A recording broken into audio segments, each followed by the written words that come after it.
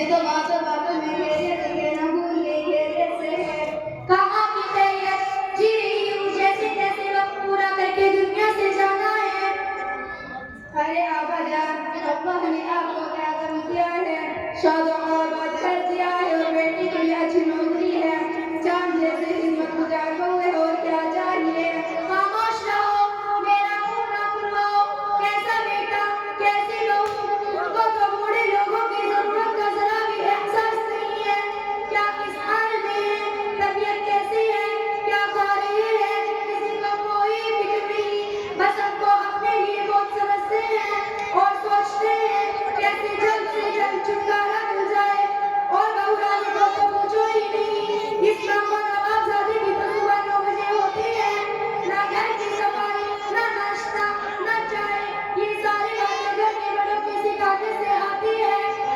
और क्या बताऊं बहन, जब अपने मायके का कोई आ जाता तो उनके भेदभाव में पीछे ही पीछे जाती, जब हमारा कोई आ जाता तो कुछ भी परवाह नहीं, न देने के लिए हाथ बढ़ते, न बनाने के लिए बेड़ा, नाटक शुरू हो जाता है, कभी सर में दर्द, कभी पेट में दर्द, कभी वहाँ दर्द, कभी यहाँ दर्द, ये ठीक नहीं है।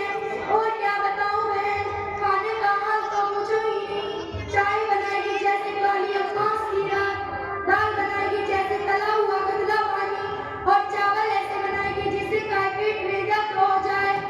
और क्या बताऊं बहन, हर 2 दिन के बाद अपने मायके की याद आ जाती है और अपनी माँ के पल्लू से जाकर बन जाती है और आने का नाम ही नहीं लेती। अरे आबा जान, आपकी बहू इतने सारे काम करती है और आप कुछ बोलती ही नहीं। देख बहन, मैं बोलते बोलते तंग आ चुकी हूँ, अगर हम कुछ बोले तो हमारी शहजादी की पेशानी में बल पड़ते हैं, इसलिए घूंट की घूंट पीकर चुप रहना पड़ता। अरे मैं तो तुम्हें चाय पिलाना ही भूल गई, चलो सिट डाउन में बैठकर चाय पीते हैं। अस्सलामुअलैकुम। वालेकुम अस्सलाम। कैसी हो बहन? ठीक भी हूँ, ठीक नहीं भी हूँ। अरे ये कैसे दरमियान की बात कर रही हो? जब तक सांस का साया सर पर फिसला तब तक चैन कहाँ है। अलीशा तुम कितनी खुशकिस्मत हो, तुम्हारे सर पर सांस का साया है। तबस्सुम कैसी खुशकिस्मती की लत लगा रखी है, वो भला चैन से कहाँ रह सकती है जिसकी मेरी जैसी सांस हो। एक बात पूछूं? हाँ पूछो। अरोजन की तारीख में सबसे खुशकिस्मती औरत कौन सी थी तुम्हें मालूम? नहीं। वो सारे इंसानों की माँ हज़रत हव्वा अलैहिस्सलाम है। क्यों? क्योंकि उनकी कोई सास और ननद ही नहीं थी। तुम अपनी सास से परेशान क्यों हो? वो सास नहीं, वो परेशानियों का घर है। घर जब देखो नाक चढ़ाए मुसल्ला बैठी है।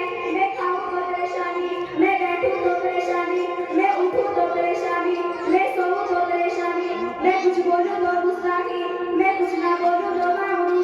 अब तुम ही बताओ मैं इसको क्या इनाम दे सकती हूँ? मेरा बस चले तुम अपनी सुनाओ। मुझे तो जरा भी चैन नहीं है, मेरी तलाशुदा ननद है, दिन और रात में मेरे सर पे तराशता है। मैं तो बानी बन गई हूँ, उसकी भी खिदमत करो और उसके बच्चों की भी, और नगदे अलग से, अच्छा नहीं वो अच्छा नहीं, डबल डबल खाना बनाना पड़ता।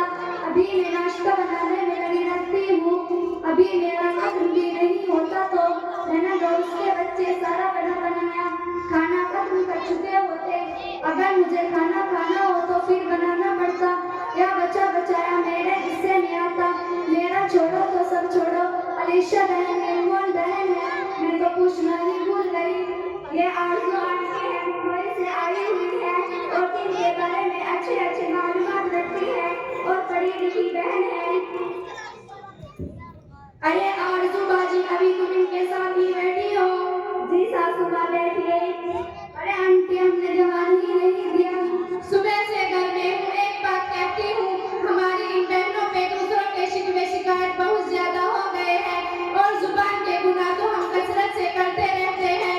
अल्लाह ही माफ फरमाए, हम औरतों की तो बहुत बुरी आदत हो गई है, जहाँ 2-4 जमा हो गई, दूसरों की चुगली, दूसरों की तस्करार हमारी तबीयत का हिस्सा बन चुकी है।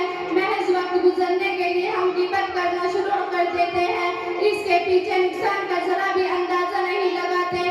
सुबह इकरा भी आपा और उसकी पड़ोसन की बातों पर मैंने गौर किया और अब तुम्हारी बातों पर भी मैं गौर कर रही थी। ये सारी गुफ्तगू गीबत क्यों होगी? जो कह रहे हैं हकीकत ही तो कह रहे हैं, कुछ गलत तो नहीं कहा ना। अरे मेरी बहनों, सुनो तो सही, गीबत है उसकी जिसकी तुम गीबत कर रही हो। उसके पीठ पीछे बुराई बयान करना, ऐसे कह रही हो जो उसमें नहीं है, वो बहतान है। दोनों सूरतों में गुनाह लाजिम है। गीबत और बहतान का बहुत ही बड़ा गुनाह है। गीबत के बारे में कुरान मजीद में फरमाया, अऊज़ु बिल्लाहि मिनश शैतानिर रजीम, बिस्मिल्लाहिर रहमानिर रहीम, वला यग़्तब बअज़ुकुम बअज़ा अयुहिब्बु अहदुकुम अन यअकुला लहमा अख़ीहि मैतन फकरिhtumuह वत्तक़ुल्लाह। क्या तुम में से कोई अपने मुर्दा भाई का गोश्त खाना पसंद करते हैं? क्या तुम्हें इससे घिन नहीं आएगी? अल्लाह से डरो। रसूल सल्लल्लाहु अलैहि वसल्लम ने फरमाया, लोगों को नाक के बल या जुबान के बल गिराया जाएगा। ये गुनाह देखने में तो बहुत मामूली नजर आता है, मगर इसमें लज्जत बहुत है। खुदा न करे किसी को इसकी लत लग गई तो आखिरत बर्बाद होने में कोई शक नहीं। हमारी आखिरत बर्बाद क्यों होगी?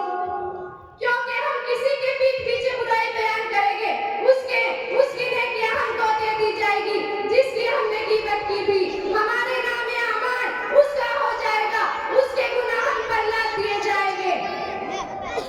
आरज़ू आएंगे, अल्लाह आपको जज़ाए खैर दे। आपने तो हमारी आंखों पर लगी पट्टी ही खोल दी, हमें मालूम नहीं था ये भी एक गुनाह है। आइंदा हम ऐसे गुनाह नहीं करेंगे, मुझे एहसास हुआ।